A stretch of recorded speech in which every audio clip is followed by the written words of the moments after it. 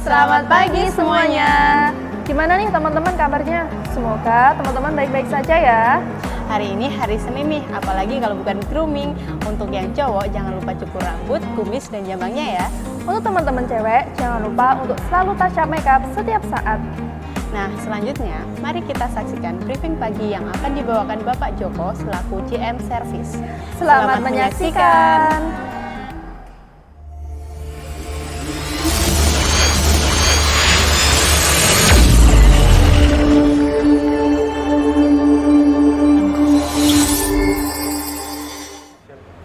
Oke, selamat pagi rekan-rekan Jun Motor. Salam satu visi, satu hati, satu semangat. Masih dalam rangkaian tema Service Excellent, ya, selalu menarik memang untuk membicarakan tentang Service Excellent. Ya, secara dasar manusia dilahirkan sebagai makhluk yang bersosialisasi, yang artinya satu dengan yang lain.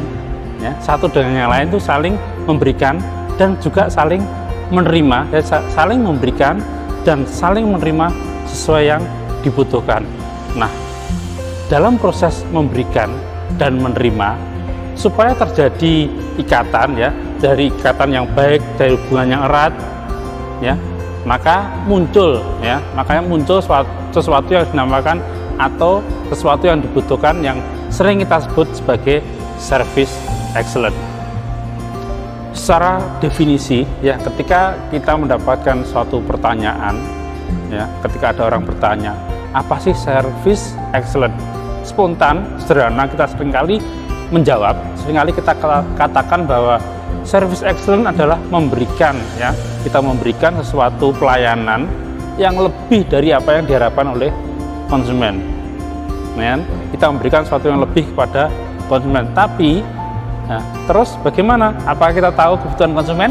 Ya, tentunya kita tidak tahu karena masing-masing orang punya karakter dan tipikal yang berbeda.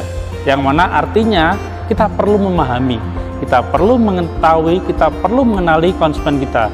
Ya, seperti tadi saya katakan, tiap-tiap konsumen punya karakter dan kemampuan atau kemauan yang berbeda. Oleh karena itu, kita harus mempunyai standar, kita harus mempunyai dasar dalam memberikan service excellent, ya.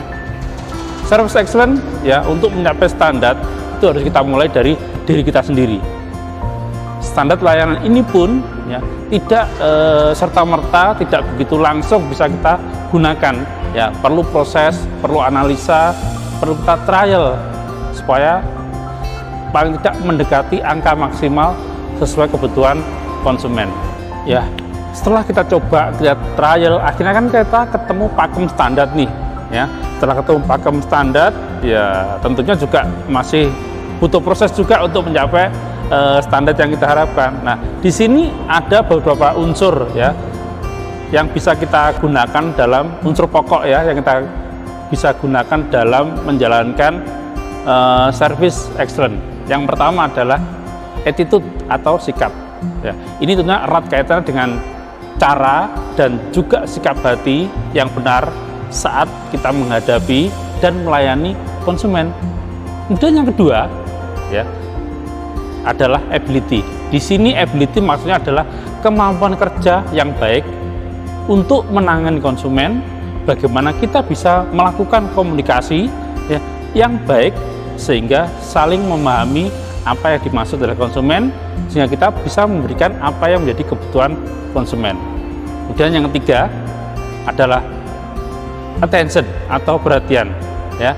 Di sini maksudnya adalah dari attention adalah bagaimana kita bisa, ya, peduli, ya, bagaimana kita bisa peduli akan kebutuhan dan keluhan konsumen. Misalnya contoh, konsumen baru masuk, ya, langsung kita sambut, artinya kita memberikan kepedulian kepada konsumen atas kebutuhan yang dia butuhkan.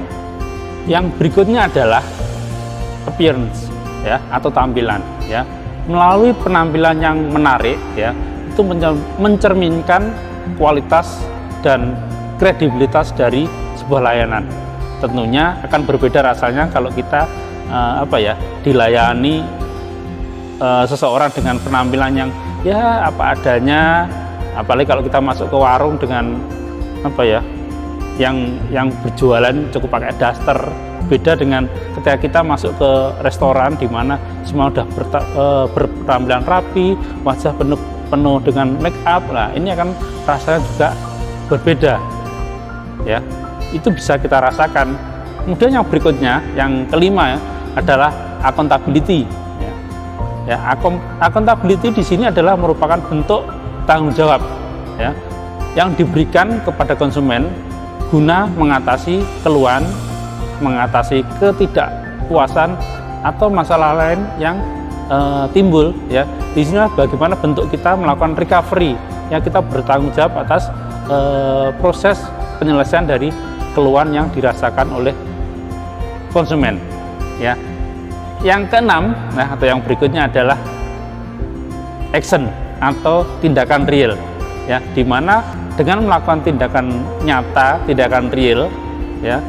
Dan tentunya ini juga harus didasari dengan rasa ikhlas, dengan melakukan tindakan nyata, tindakan real dan ikhlas dalam melayani konsumen. Nah, ini akan memunculkan apa yang disebut dengan service excellent. Ya, oke, rekan-rekan. Jadi seperti yang saya sampaikan tadi, secara kesimpulannya ada 6 unsur pokok dalam melakukan service excellent. Ini hanya menjadi suatu akan menjadi suatu teori aja, tanpa kita melakukan atau tanpa kita melalui suatu proses, tanpa kita mulai untuk melakukan. Ya, tentunya ini harus benar-benar dilakukan, jangan hanya sebagai wacana atau teori. Dan jangan lupa, yang terpenting adalah bagaimana kita ya tetap konsisten. Ingat, bagaimana kita tetap konsisten dalam melakukan service excellent ya. Dan perlu diingat juga bahwa kebutuhan service excellent juga berubah ya, dari masa ke masa, dari era satu ke era berikutnya. Kebutuhan konsumen selalu berubah, makanya proses untuk menjadi service excellent ini juga berubah sesuai dengan eranya. Konsisten dalam melakukan service excellent, impact-nya adalah tentunya repeat order dan juga loyalitas konsumen. Ketika konsumen sudah sering kali melakukan repeat order, sudah loyal ke kita, balik lagi adalah duit entry atau cuan ke kita pasti bakal naik. Ketika duit entry naik, dompet teman-teman juga bakal tebel. Tetap semangat dan jangan lupa bahagia. Dengan bahagia, imun tubuh akan meningkat, semangat kita meningkat. Oke, see you next. Beri aplaus untuk Pak Joko. Semoga kita semua dapat menangkap materi yang telah disampaikan oleh Bapak Joko. Selanjutnya ada info menarik nih Kak. Minggu ini akan diadakan training one day mekanik yang akan dilaksanakan tanggal 15 sampai dengan 19 Maret 2021.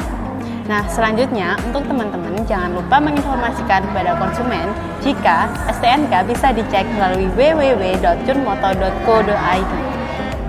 Dan yang terakhir, jangan lupa untuk selalu patuhi protokol kesehatan. Sekian informasi yang dapat kami sampaikan. Selamat beraktivitas dan tetap semangat!